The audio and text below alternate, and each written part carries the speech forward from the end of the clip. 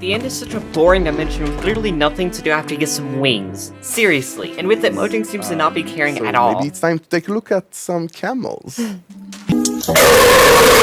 So, that's why I decided to code the entire end dimension update myself with no mods, with new biomes, mobs, and even an entirely new ore. But 7 days ago, all this didn't exist. So here we are on day 1, and the first thing we need to change is the egg. The egg is literally so boring. You click it and it teleports. And then you go and break it with a torch. That's boring. But this is when I realized whenever you right click the egg and it teleports, there's a brief moment in time where it's in the air and then it falls and lands. But this is huge, because when it's in the state of falling, it's not actually a block. It's an entity known as the falling block with the block state of a dragon egg. Kinda like with sand, when it falls, it is also replaced with this falling block entity. But that has the block state of a sand block, of course, and this is a dragon egg. So we can actually distinct the dragon egg by itself. So by going way up in the sky, I can make a giant platform where I can begin working on my command blocks. Yep. So now if you right click and teleport the dragon egg, it will detect that there is the falling block dragon egg entity within this radius around the end podium, and it will begin starting a sequence where it teleports itself back on top of the podium so it looks like it never left. Then it begins constantly modifying its own motion data upwards and then spawning an array of particles so it gives itself a cutscene vibe. And for now, it just keeps indefinitely going upwards because I haven't programmed anything further. It's literally just going to keep going up till the end of time. Ooh. But hear me out, the next thing I want to do is actually decorate the rest of the end island to stop it from looking like this war zone. And my plan for that is actually to turn it into this purplish cyan flower place. How am I going to do that? Using bats. Bats actually have a very special, carefully crafted AI that leads them to move to the most calculated of areas. Or in other words, they're brain dead. And by spawning a bunch of these bats over the end island and turning up their speed, their randomness should be enough to cover the entire island. I hope at least. How I'm going to do this is when a bat spawns, it's going to create an invisible aura around itself, and any end zone inside will be replaced with the block I tell it to. So I set it up so 8 invisible bats should spawn in the middle here, and that should do the trick. I'm just gonna make a backup real quick. Okay, test 1. Please work. Hold on, give it a moment. Okay. No, that looks bad. Okay. Change some numbers, make a backup.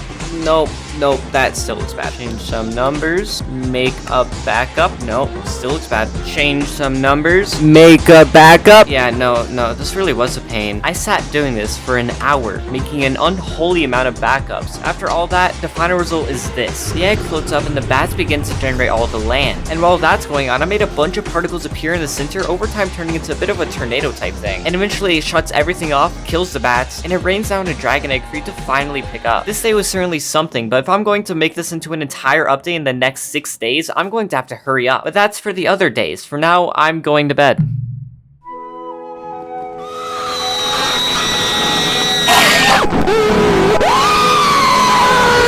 Okay, time to start working on some cool stuff. When I originally thought of biomes I wanted to add, I wanted to do something that made sense. So hear me out. The new height for the stronghold to typically spawn at is about Y level -42. And you know what else is at Y level -42? The Skulk. So, wouldn't it be a cool concept if, let's say, the Skulk decides to yeet itself to the end? Well, what would happen? Yeah, it would make Skulk biomes, probably. So I began testing ways for the Skulk biome to possibly generate. But what I realized is if you place down a Skulk catalyst and kill a bunch of mobs around it, it begins to grow a bunch of Skulk. And if I were to repeat this on a big enough scale, it should be enough to make the Skulk biome. Maybe. Okay, so if I place a bunch of zombies around, and then quickly, where is it? So I should kill them all. Yep, okay, there we go. It spreads, oh, that's a lot. Okay. Doing some research tells me that that is, in fact, not a lot. Okay, no, I was wrong. So basically, Ravengers create a lot more scope than zombies, so. Okay, so I made a battle defense, and over there is a skull catalyst. Now, if I flip this lever, it should begin spawning and killing 20 Ravengers a second. Okay, oh, yeah. Whoa, okay. Whoa. Oh, hi there. It's going so fast. Oh my god, it's coming towards me. It's going so fast.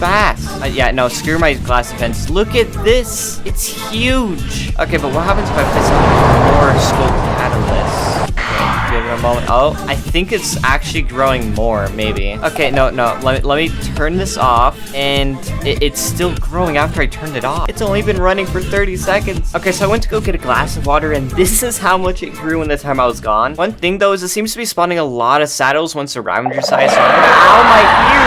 No. Oh my god. I'll get rid of the saddles later. Okay, so now if I build this in the end, now I know it will work. But the big thing I had an issue with is when it should know when to generate. So I came up with this. When you're in the end islands, which is 1,000 blocks away from the main island, every Enderman within a 150 to 250 block radius around you will be given a unique score linked to their Y level. And if it finds out there's any Enderman with a Y score of 66 and higher, it will ask if they're also in a specific biome called the Highlands, which is a rare occurrence. And if so, it spawns an invisible armor stand to float around them to see if the terrain is any good. If it is, then it spawns 4 catalysts around the armor stand and begins insta-spawn killing Ravagers for about 15 seconds. But during this 15-second time period while the skulk is growing, it uses the /place command to rip a bunch of structure templates from the ancient city over to the skulk. And by doing so, it also places these buildings gently into the terrain. And what's cool is they also come with unique generated ancient city chests, or loot. And by then, the skulk should be done spreading, leaving us with the skulk biome. And what I did to prevent double spawning, super high up in the sky at Y level 255, it creates a giant roof of light level 0 blocks, which is just like air because they are completely invisible. I did this because now it serves as an additional requirement before generating the biome, so you can't just respawn the biome over pre-existing skulk biomes. Oh my god, I'm going to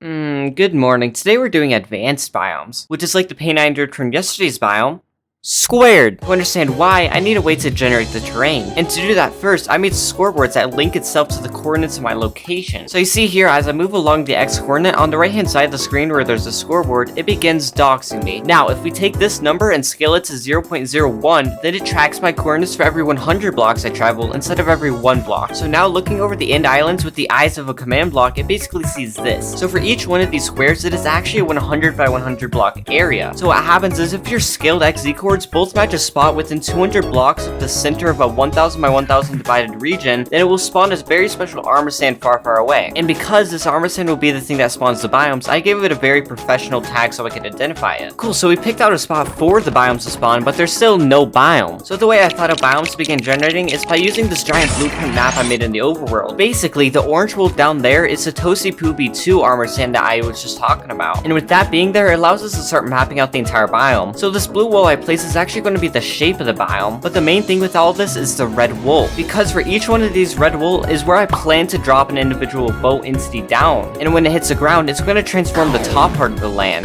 But you may be questioning why I'm using boats. Simple. Boats, boat entity items, actually are a lot less lag efficient than armor stands I found. So look, if you spawn 600 boat item entities on the floor right here, it's barely even laggy, okay? But if you take that same scenario and spawn 600 armor stands, it is very laggy. That's AIDS. You can't even see what's going on. Hello guys, welcome to my Minecraft Let's Play. And because we're gonna have a lot of them fall out of the sky, to resist them wanting to stack, we have to use boats, because boats don't stack. But now the issue is, you can only summon 1 entity per command block. And because there's like 1, 2, 3, 4, 5, 6... Yeah, there's a few boats that need to be spawned. And for each one, I need to grab their unique coordinates relative to the Tosi Pubi 2 armor stand. So with all that, it shouldn't take more than an hour. Future me talking here. Yeah, it took a lot longer than 1 hour. I spent over 5 hours pure copying over 816 coordinates and then individually putting them into their own command block.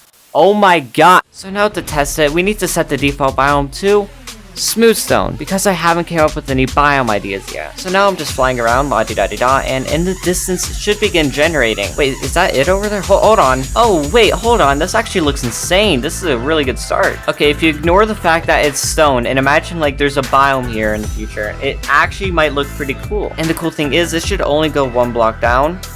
Sick. This is cool. So now we got a basic template for all the biomes we're gonna make. Tomorrow. I'll make them tomorrow. For now, I'm going to bed.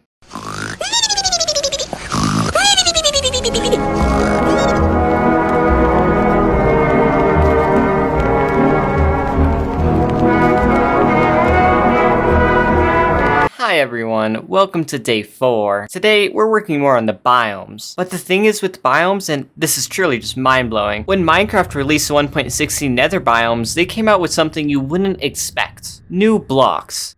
But yeah, isn't it really crazy that a biome has to have new blocks? which means I have to add new blocks to my biome. God dang it! So I began making a texture pack by photoshopping enough blocks so I could make up to 3 biomes. But the thing is with texture packs is you're not actually making new blocks. You're retexturing old ones that pre-exist. So the blocks I chose to write over were mycelium and podzol, because they are one of, if not the only blocks in the game that have unique tops, separate from the sides, which is also separate from the bottom texture, and have the ability to be taken over by skulk, so the skulk biome from before could intercept one of the new biomes. So now what happens is when the original Tosi-Poo V2 armor stand gets summoned, it also spawns in with an additional randomized tag that tells it what biome it should be generating. And that also then instructs the boats that once they hit the ground, they know what block to change it into. This blue biome is only one of the biomes I plan on making. There's also this cool rocky layered brown biome as well. And this red purplish corrupt biome. But the issue with all these biomes so far is, well, they suck.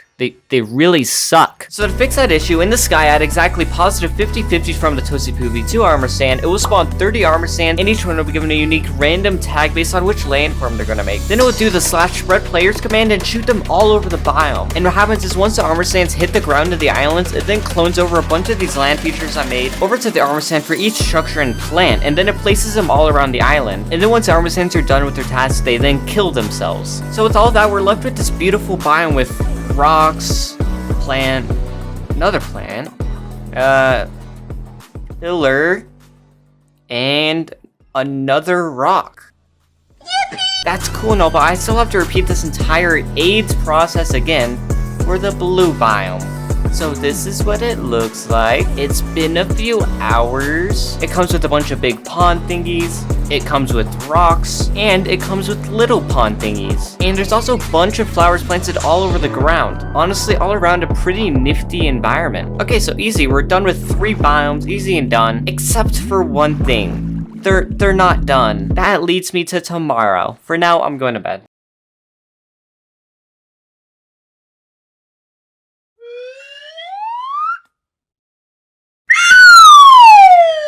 Today, I want to work on some sort of mob, but you see the thing is with adding new mobs to Minecraft is it's actually a very technical and advanced process that requires a lot of skill to make new models, textures, and even new animations. And the way to do all that is by using a software called Blockbench. The only issue is I actually have none of the skill that it requires to make that kind of stuff, and I only have today to make the mobs, so this may be a little bit scuffed. It's okay though, because I have a plan. The plan is to actually use mobs that already exist in the game, and then change them a little bit and then call it a new mob. And you cannot say anything because Mojang literally does the same thing, but the mob actually has to be useful, so I have an idea. So you know how bridging in the end is just absolutely terrible? Like you literally look down and bridge for hundreds of blocks just to be greeted by a dang one tall inn city with no elytra in it. My solution for this is by using a secret mob that's hidden inside Minecraft files called the zombie horse. The zombie horse literally has no special attributes yet. So the first thing I did is make a texture pack so it turns it into an ender horse. And while I was making this, I had the lovely displeasure of listening to my friends play Sea of Thieves in the background. Oh shit, I'm gonna carve! Oh my god, I'm the best sailor. Boat pegging time! What the? Bro, there's a freaking shark eating my butthole. This is the drunkest I've ever been. Like, hey, Yo, Jesus is drunk! What are you guys even saying? Yo, I can't even walk forward. Should I pay money so I cannot be black? No. Yeah, I did. Actually, if you want. Yeah, but you weren't black, you were just fat. Yo, I need more alcohol. Yo, I'm so drunk. Dude, Kiddy Kene, are you watching this? Bro, I got a rocket. What does this do? You can load it into the cannon. That's what I just did. Oh, that was me. I loaded myself into the cannon. Whoops, force of habit. Shoot yourself when Alright. you're drunk. I'm clapping. Yo, dude, this is like, I haven't seen this one. Cock and ball torque. Anyways, it actually ended up looking pretty dang cool. So my plan is if it detects I'm on the horse and I look forward, it'll start giving the horse motion, so I begin flying forward. But I found out that apparently Minecraft has a bug, so when you're on the horse, you can't add motion to the horse. Why is this in the game? So I had to improvise. By changing the version of my world from 1.19.3 to a snapshot release of 1.19.4, because at the time of recording 1.19.4 isn't fully came out yet, I then get access to the new /ride command. And my idea is by creating a substitute mob for both the horse and me to ride on, and then make that go forward, it should work. I then went on to spend 5 hours adding the most cursings I've ever added into Minecraft trying to get this to work, until eventually this happened.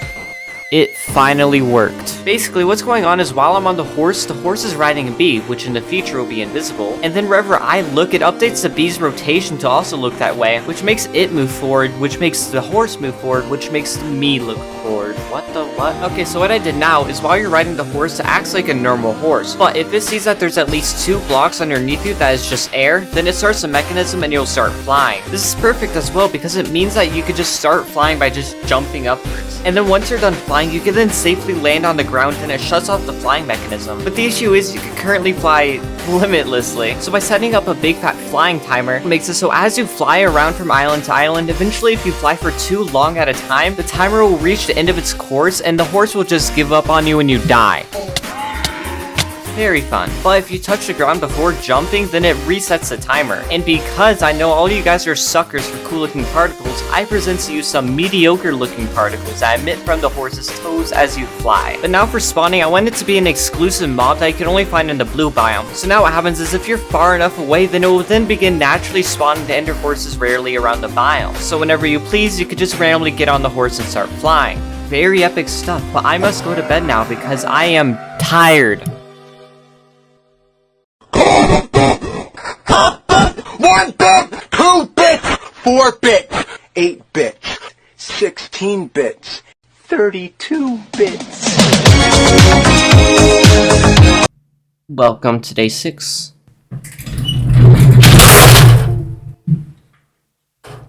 That was my heater falling over.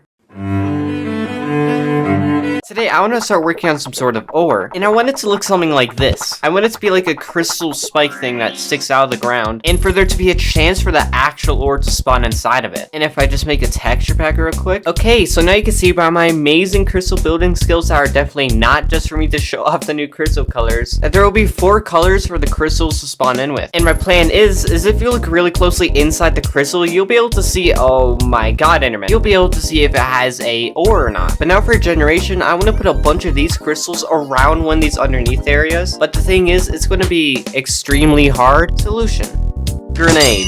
Grenades in real life, when they explode, they actually use a waffle pattern built around itself to shoot a bunch of the shell everywhere. It is actually what makes grenades do more damage. And I plan to implement this concept onto an Enderman. Now, how am I going to do that? Well, by combining my methods for both the biome generation and the Skulk mini biome generation, we could locate a single Enderman for every 1000 by 1000 coordinate barricade that has a wide level score of 33 and below that is also in a biome called the End Barren. And once it finds a single Enderman that fits all those requirements, it gives it the special tag called Meth, because this will be the Enderman that will be creating the crystals. So what happens now is once the Enderman is given this tag, then it starts a redstone sequence where it comes up here and activates all of these command blocks, which spawns 24 bees around the Meth Enderman. All of them with a set direction and tag based on the direction they'll be traveling. Then the redstone comes and travels up here, activating these 2 platforms of repeating command blocks, which creates that grenade effect from earlier, pushing each bee individually forward until eventually they smash their face against an end stone. They may be dying right now, but that's just temporary. But now we know where to place each crystal based on where the bees ended up. But here comes the annoying part, because for each one of these bees that land, we need to figure out which direction the crystal should go. Okay, for example, let's say a bee were to land in this scenario. We wouldn't want the crystal to spawn downwards into the ground. We would want it to spike upwards. So how I'm going to do this is it's going to go up to each individual bee, and first it's going to ask if there's a block below it or above it. This gives the first information on which way the terrain is. Then it's going to go through and individually ask if there's a block at any point around the bee. And for each one of these possibilities, it needs to have a set crystal that it knows how to build. So let's say a bee landed in a spot like this. This redstone will go through a bunch of command blocks until it finds one that correctly describes its scenario, which is this one. This command block says if air, if air, if air, if air, if air, if air, if air, if air, if air, if in stone, then it knows to place this crystal. Obviously. By building a bunch of crystals, it now has a lot of choices to choose from for which crystal best fits the bee's environment. And yes, it did just take an hour to hook all of this up. But now what happens is when the Enderman explodes all of its bees, this redstone will continue going over here and it will grab an understanding of each possible bee's environment, and then it will slash clone the crystals over to the bees. Then it will kill the bees, and then we're left with these lovely crystal cave areas. But the thing is now, they only spawn in one color, instead of the other 4 I came up with earlier today. So now by setting up a random randomizer before the bees collide with the land, and now assigns them a random tag. 6 of them are going to be red crystals, 6 of them are going to be blue, 6 of them are going to be light blue, and the other 6 are going to spawn green crystals. And then I assigned 4 of those bees to spawn with the main ore inside of it. And with all that, this is finally the end result. But this is just a spawning. I still have to actually make ore do stuff. Well, I'll see you tomorrow.